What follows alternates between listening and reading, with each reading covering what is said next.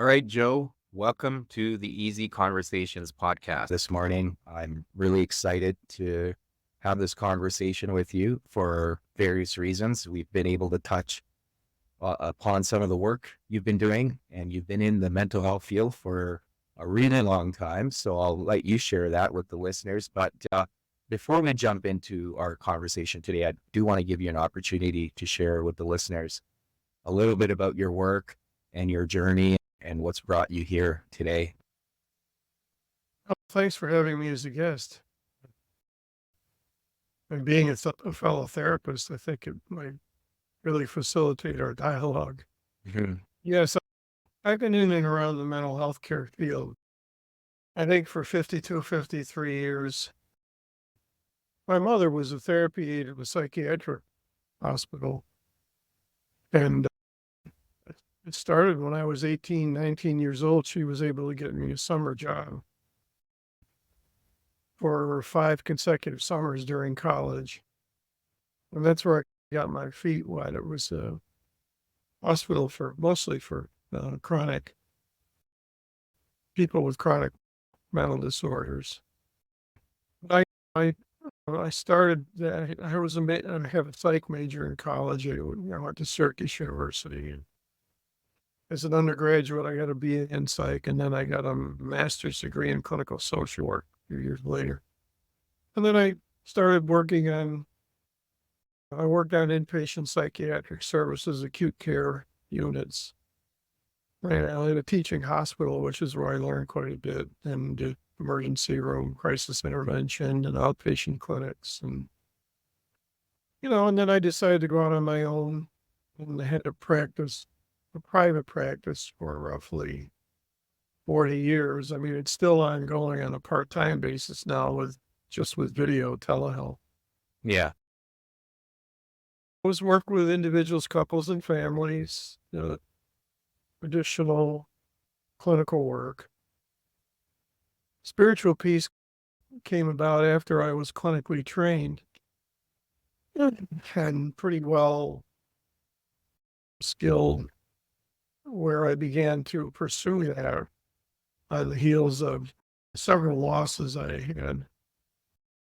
Those losses tend to those circumstances, those crises, or whatever you want to call them, tend to make you ask the bigger questions, Yeah.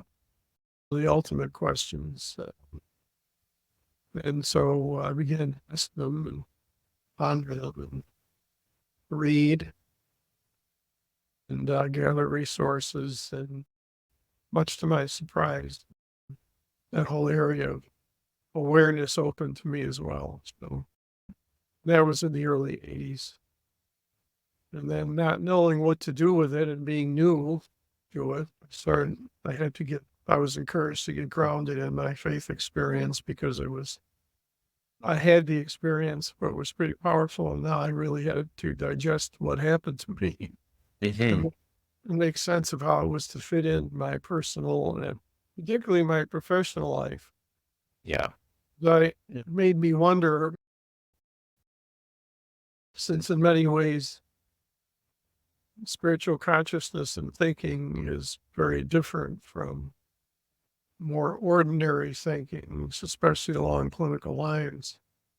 I had wondered whether I was to be separated from my clinical profession or whether the two could be integrated in some way. Yeah. And over time, that question became answered as I grew and recognized that my clinical training wasn't all for naught, that there were many ways in which the behavioral sciences do intersect with spiritual growth and development. Absolutely. They're at odds in some ways, but in primary ways, they're looking at the same thing in people's interiors and in their relationship, just using different language. So it became clear to me after several years of listening and being involved in myself with other fellow believers, that things were coming together, that spirituality that I've come to think of the interior life. Spirit and soul is very much annexed. In fact, some theologians hyphenate the term spirit-soul as in fact one reality. So that's the way I've come to learn and think about two aspects of the interior life.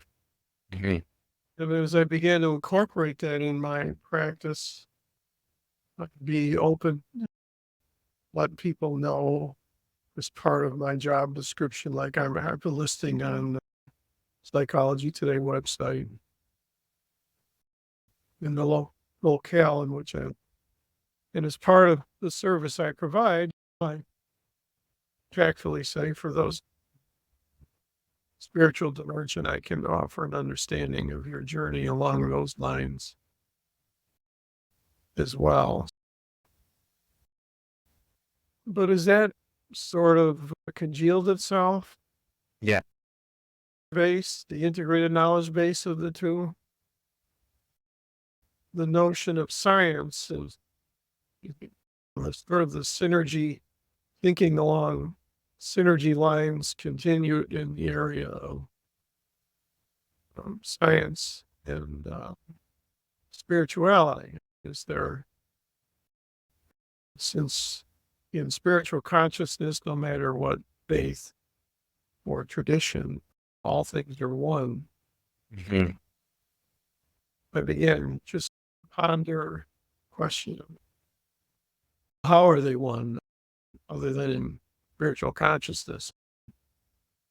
Ordinary thinking is marked by what's known as, you probably know, dualistic thinking or separation consciousness. Absolutely. Where the disciplines are all siloed,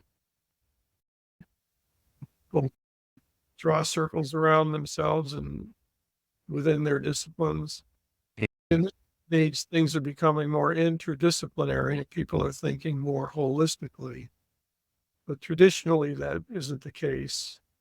And in most scientific and academic circles, that's not the case. Religion and spirituality are still, in many regards, they're not occupying the same space at the same time. Yeah. But things began to come, my interest began to go in that area, and I think I was being guided that way, wondering how that can be, not just from the standpoint of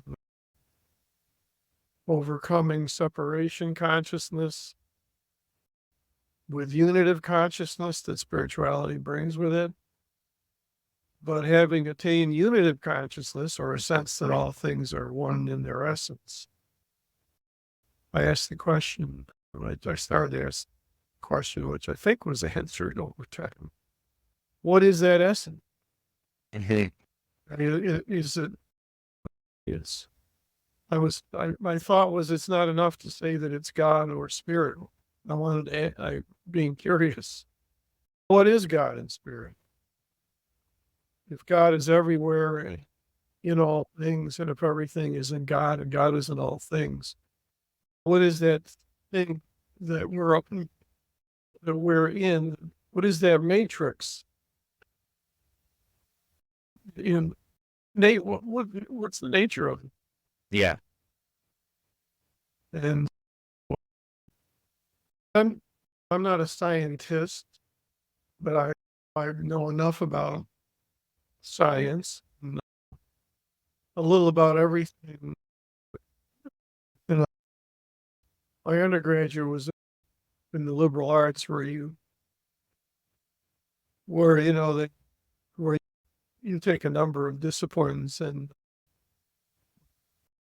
I think the liberal arts, the true liberal arts discipline program, is meant to make you think and introduce you to a smorgasbord of fields. In medieval times, the liberal arts curriculum was developed by churchmen who were the head of institutions, because they understood that all things were one, and they had the study there was two prongs to it, basically. There was study of traditional courses, history and math and science and so on. It was known in Latin as scientia. And then they also combined that with, because the secular and sacred were separate in medievalists, the other term was sapientia, which is the Latin term for wisdom. So they knew that the science and philosophy and the arts only had meaning when they were able to be related to the wisdom literature of the world. Mhm. So, I didn't know that when I was an undergraduate. Yeah. I needed to take courses to graduate. But later on, I could see the method in their madness that the two go together. Mhm. The hope of heads of institutions back then was that students would eventually, probably when they matured, would be able to see how the two are, or be able to connect the two. Yeah. And because the core of education back then in colleges and universities wasn't like it is today, where people basically go to school to learn a skill, an employable skill where they can make money, which is Mhm. Yeah. there's very little sense today. There are very few schools today that try and present the whole picture to students to give them a rich background in everything, and then hopefully make them well-rounded so they connect the dots. But I think by chance, my college education came into play as well, because I had to take some sciences and philosophies and fine arts courses, and Yeah. it all seemed like a smorgasbord back then. But I think in the second half of life, or toward the second half of life, if you're anywhere conscious of things start to come together and Yeah, wholes. for sure. Yeah, and it's interesting that you touch on that second half of life because I'm curious because for me, I decided to pivot later in life to become a therapist in my late 30s.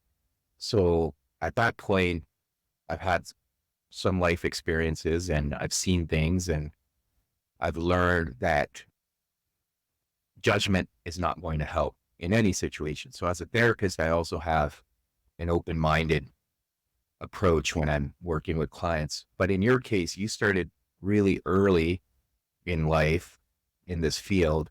Did you notice a shift in that second half of life as you were not only learning your own purpose in life and figuring out why you're here? How did your approach then change in the therapy world, if it did change at all? I began to realize there's a spiritual awareness Mhm. that broadens one's, for sure, like broaden one's perspective. It's one more tolerant, understanding, compassionate, and all those virtuous things, and Mm. more inclusive in your thinking. I found my thought processes going in that direction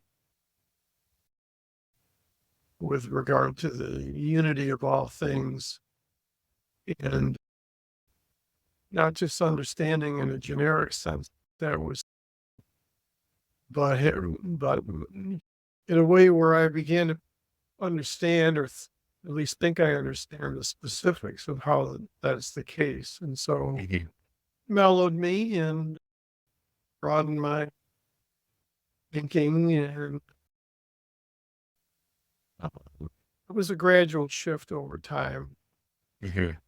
Major changes in the integration of one's personality and the maturity of one's personality, I think, as you probably know and have experienced, is proportional to the experiences they have, and particularly the difficult times, crises they may go through.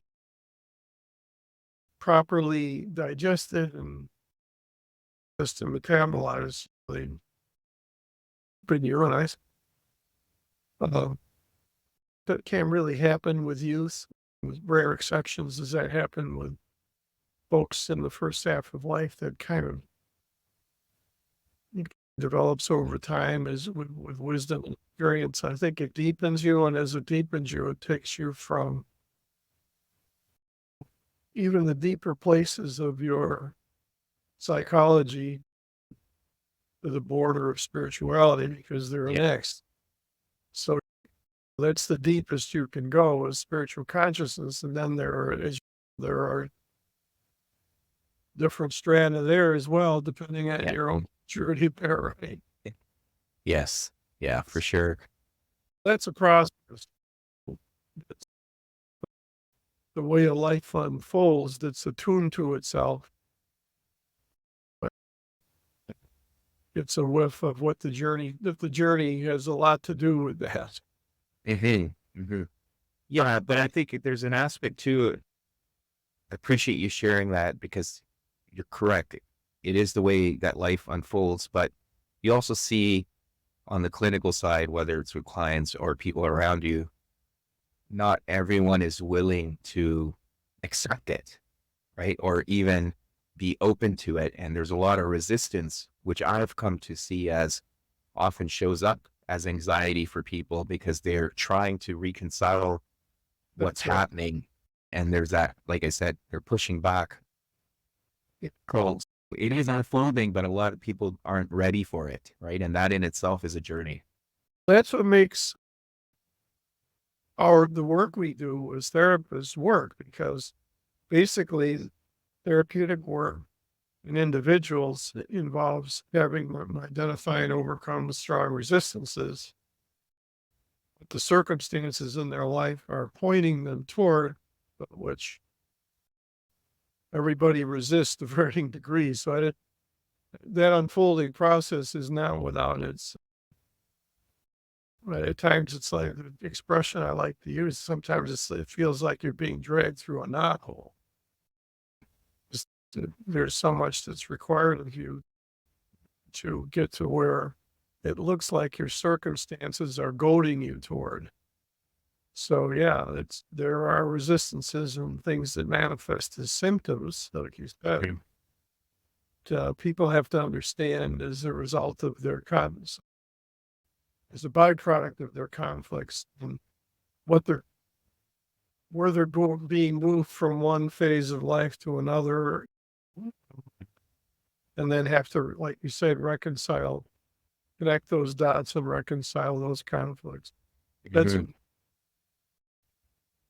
most most therapists would agree that if there are places in helping people see that and overcome their resistances to saying, For sure. Yeah. And you touched on the unity of things and what I wanted to expand on, because when you and I chatted previously, you'd mentioned this paradigm of spirituality that you've developed or even contemplated, and where there's this overlap of religious faiths. And to me, I, wh- when I hear that, to me, that's the idea of unity that comes up. But I'm wondering, what are your thoughts behind all of that? And what have you been able to formulate for yourself? oh, you can let me know as I respond whether this is answering your question or not. If all things are one and they are embedded in a spiritual matrix root, Hmm. despite how they manifest on the surface, then that's what everything is, or everyone is in their essence in depth, Hmm. regardless of what they might call it. For example, because there are multiple cultures, races, religions, and languages around the world, every culture, every language is a different name for the sun, or the moon, or the ocean, or the air we breathe, all the things we have in common as humans. It doesn't really, with the sun, for example, or any other of the elements, it doesn't matter what you call it. You can call it whatever you want to call it, but For example, water is H2O no matter where it is. You can call it anything you want to call it, but chemically it's 2 parts hydrogen, 1 oxygen. It boils down to that's fact. Doesn't matter what you call it. Yeah. The sun shines on everyone. It's the same light. The rain falls on everyone. It's the same rain. My sense was spirituality in its essence. This is why I had the big question is the same. What is it? It's water is 2 parts hydrogen, 1 oxygen, no matter where it is, probably in the universe, certainly on this earth. Question, because my faith tradition, the one that I'm most familiar with, is the Judeo-Christian scriptures, but not taken in a dogmatic sense. In other words, that tradition, my thinking as I matured, was my lens, a lens, just like biology is a lens, physics, chemistry, all the siloed, disconnected subjects are all a window. Nature is a window into the deeper realities. I think my view is that most religious traditions, no matter what they are different cultural inflections or different cultural and religious inflections of the same constant called spirit that forms the matrix. It's known by many. And so I wondered if there was a way to cut through all of that and say,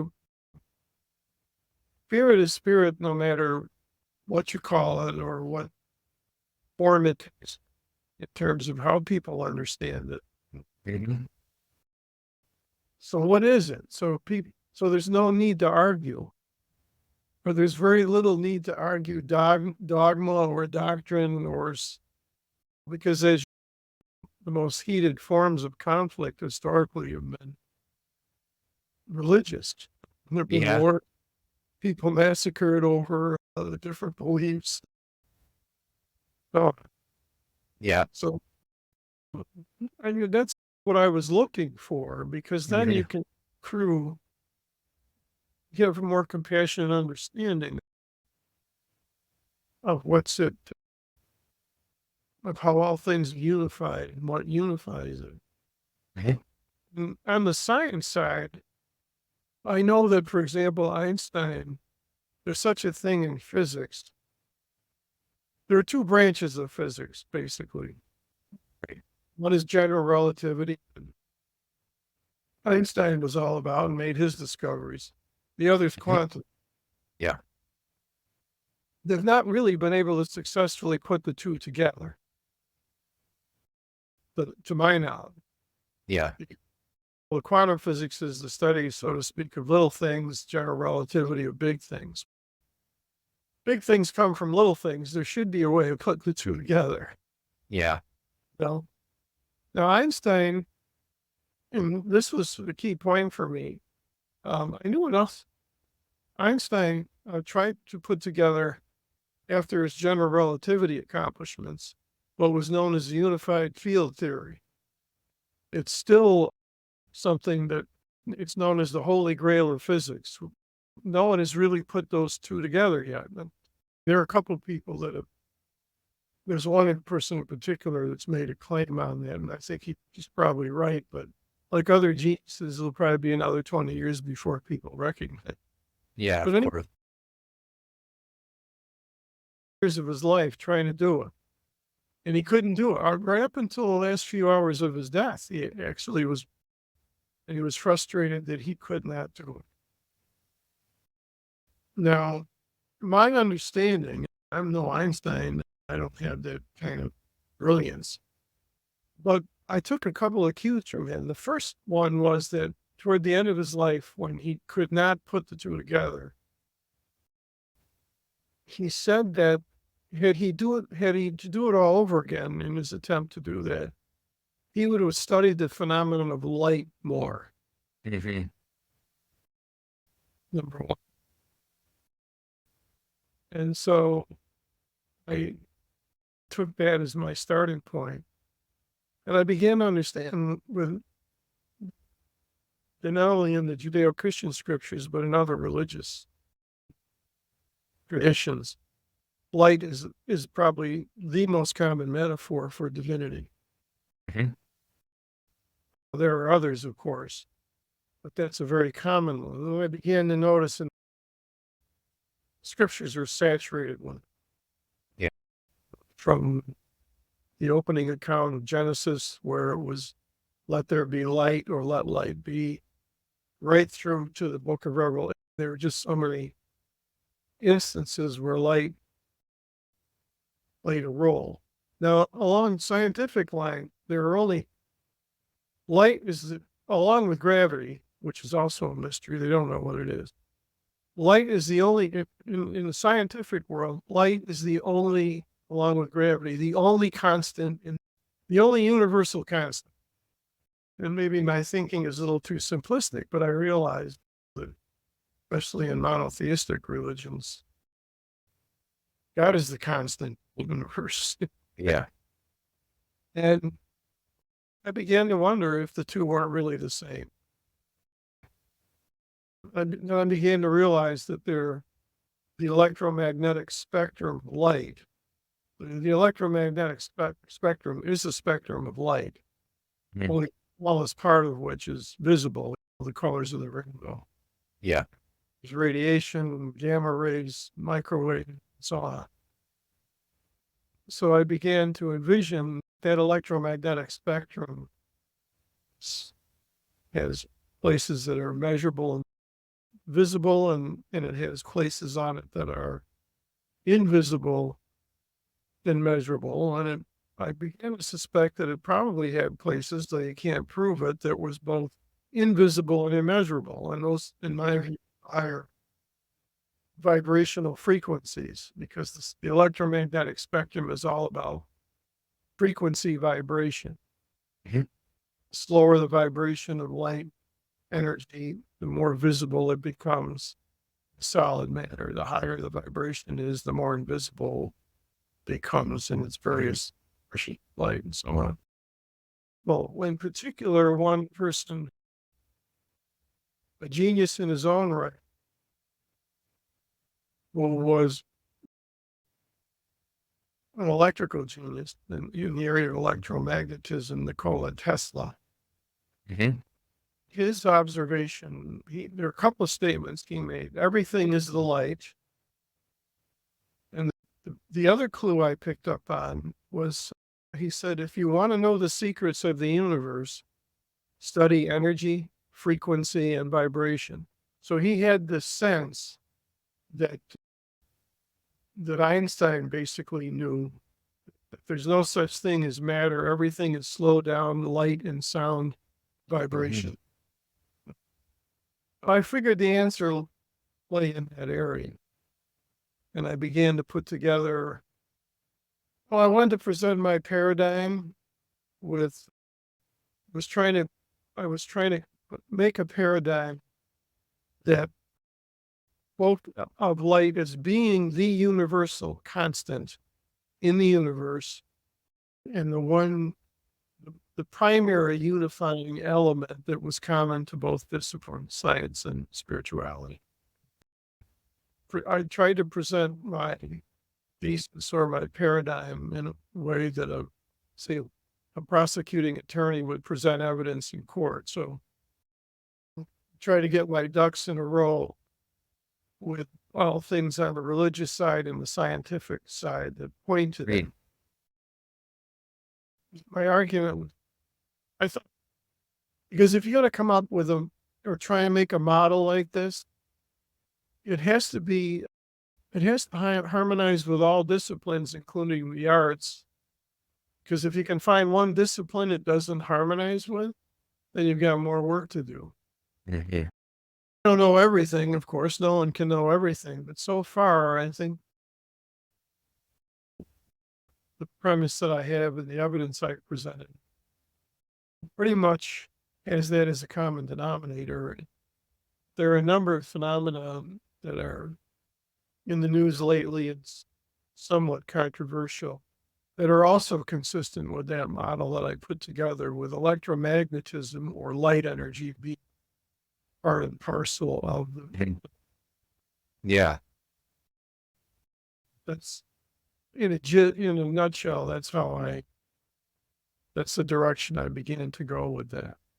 Yeah. And you touched on light and the theory of relativity. And one of the things I've come to understand is because of our limited understanding or conception of time, we Right. tend to look at emergent things in that relative space of time, right? And that's where we get hung up. And I wonder, how do you tie that in with some of the, excuse me, some of the prophetic figures that emerged at different times of our existence, and what does that mean from that side of things, right? When you look at it from consciousness or the theory of relativity. Is your question, but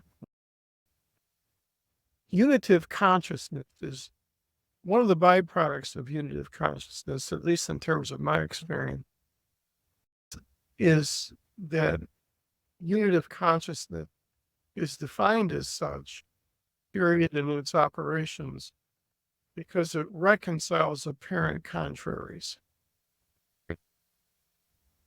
which seem paradoxical to ordinary thinking, and which is why much of the wisdom literature and the wisdom teachers in the world, paradoxically, to jar dualistic thinking, kick it upstairs a few rungs on the ladder toward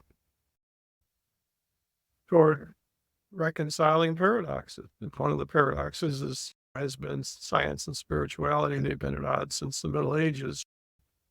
Galileo invents the telescope, and he presents with mathematical equations and visually through the telescope, breaks the news that it's the Earth that goes around the sun, not the other way around. Mm-hmm. Of course, the churchmen call him heretical and say, of course, that's nonsense. We've known it's the other way around. So we're going to put you in jail until you recant.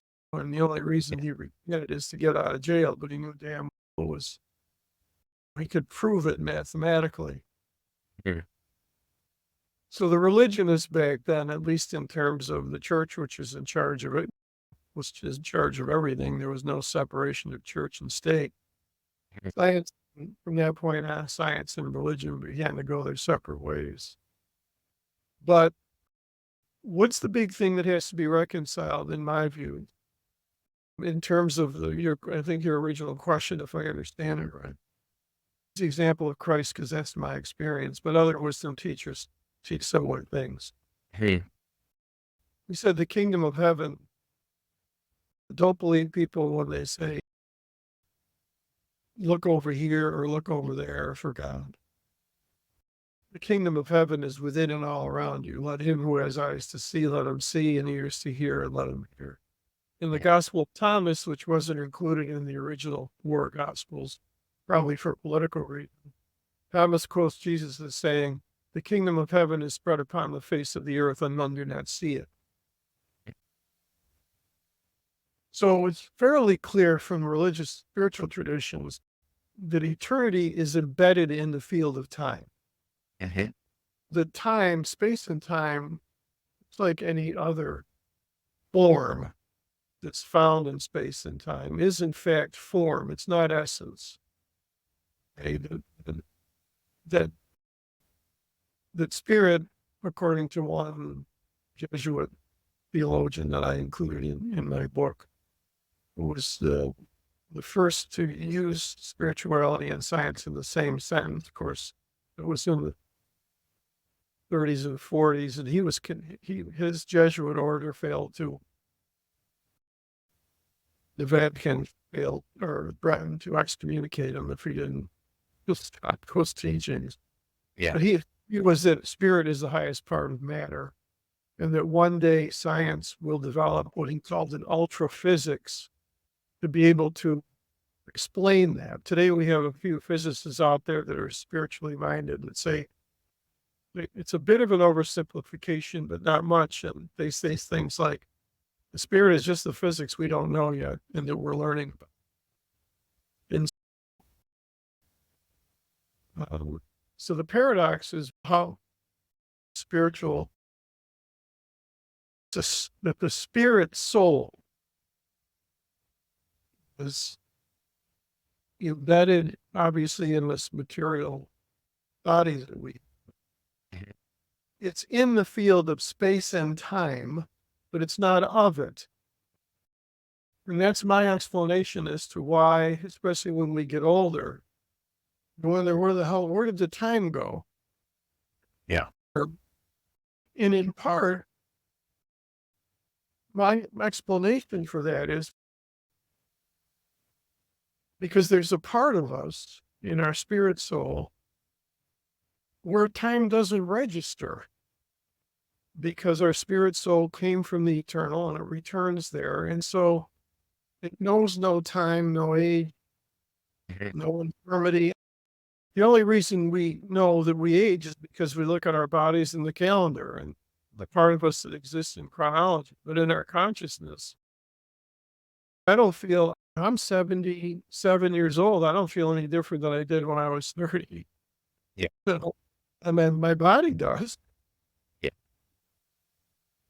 But when you look at near-death experience studies, for example, they'll see themselves separating from their material existence, their material bodies, and they're light beings, basically. This Jesuit theologian I referred to, one of his favorite statements was, "We're not human beings having a spiritual experience. We're spiritual beings having a human one." Right. Having to awaken to that. Yeah. Yeah. And it's interesting that a lot of the times that people who've had those near-death experiences report seeing bright lights. Yeah. Right? And it goes back to what you were touching on with light. And one of the things you also touched on was vibrational frequency, which I've come to personally associate with consciousness as well. Yeah. But kind of bringing this in a way full circle, what are your thoughts with consciousness and mental health and the healing that we need to go through? How does that tie together for you? In my experience, and I think in the experience of others, the older you get and the more practice at what your gifts and talents are, the more wisdom you have and the more you can pare down your understanding of things. And in the healing art, in our profession, we do working with people therapeutically, but in the healing arts in general, I think the essence of healing, particularly with what we do, since we're face to face and heart to heart with people, we're not technicians. We have to be present. We have to be active listeners, healing presence.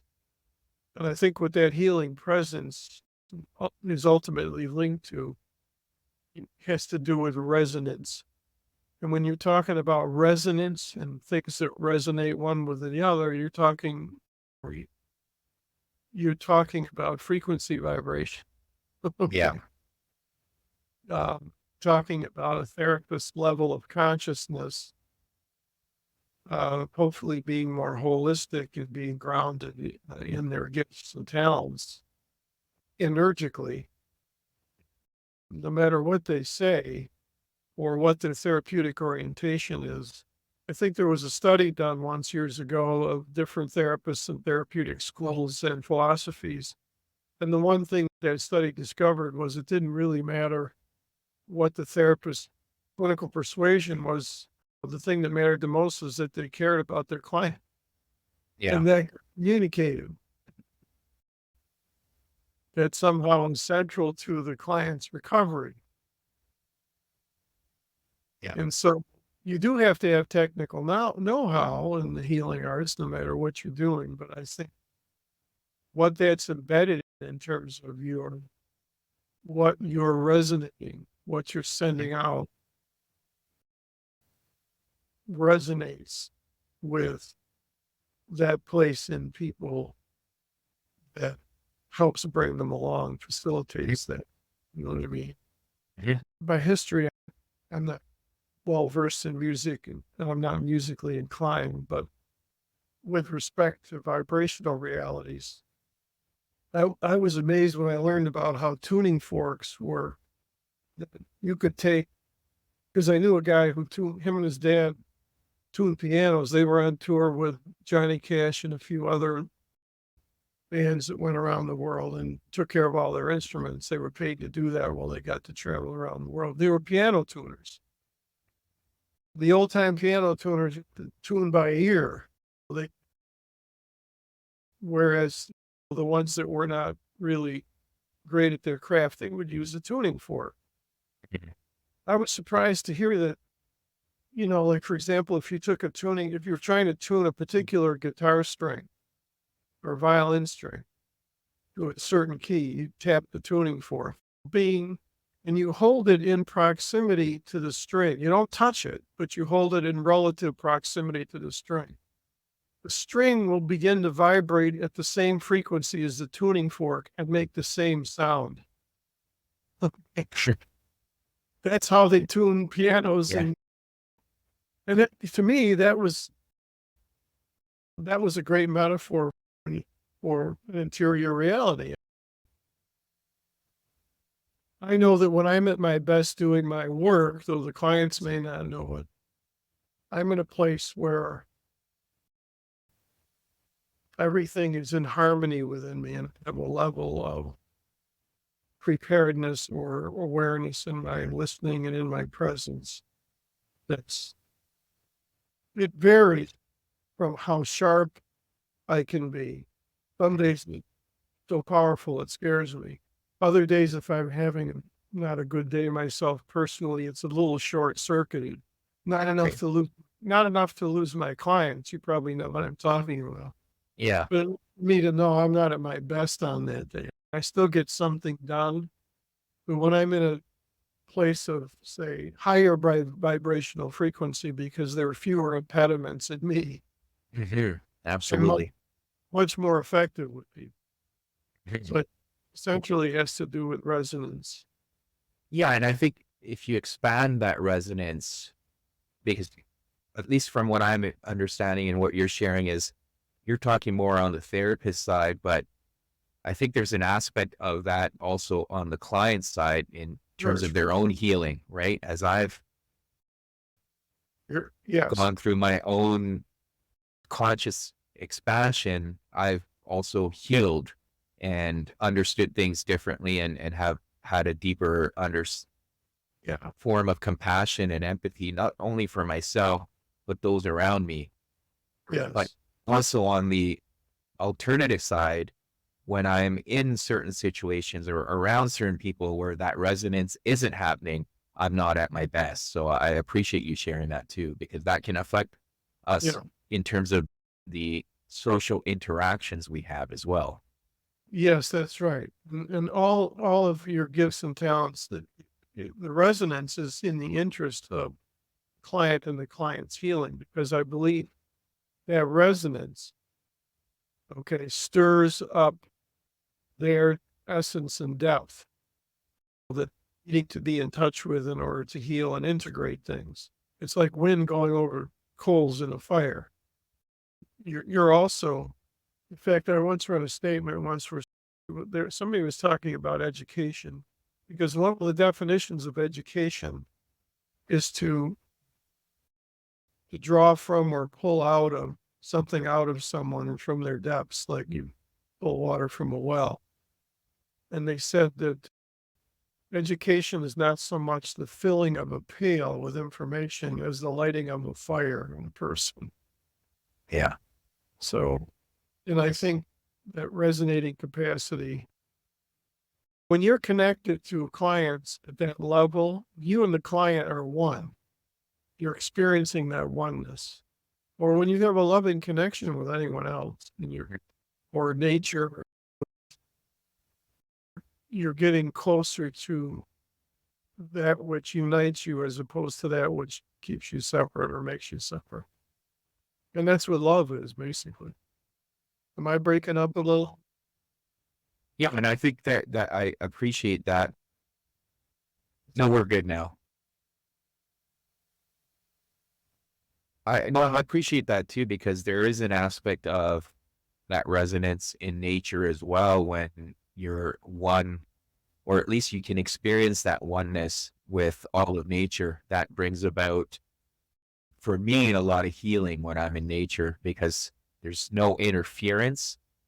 If I can find that space where I'm alone and then have that openness and as you said, love as well, it does allow for a lot of healing. And I do find that quite a bit in nature as opposed to being in the city and not getting those opportunities to connect.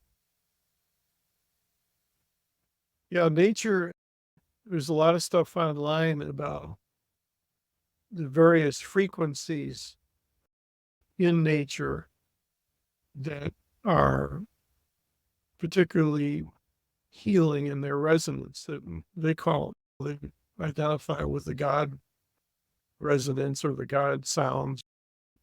And so nature has its own levels of resonance that are particularly soothing.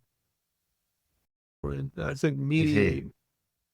It was Shakespeare who said, "One touch of nature makes the whole world kin."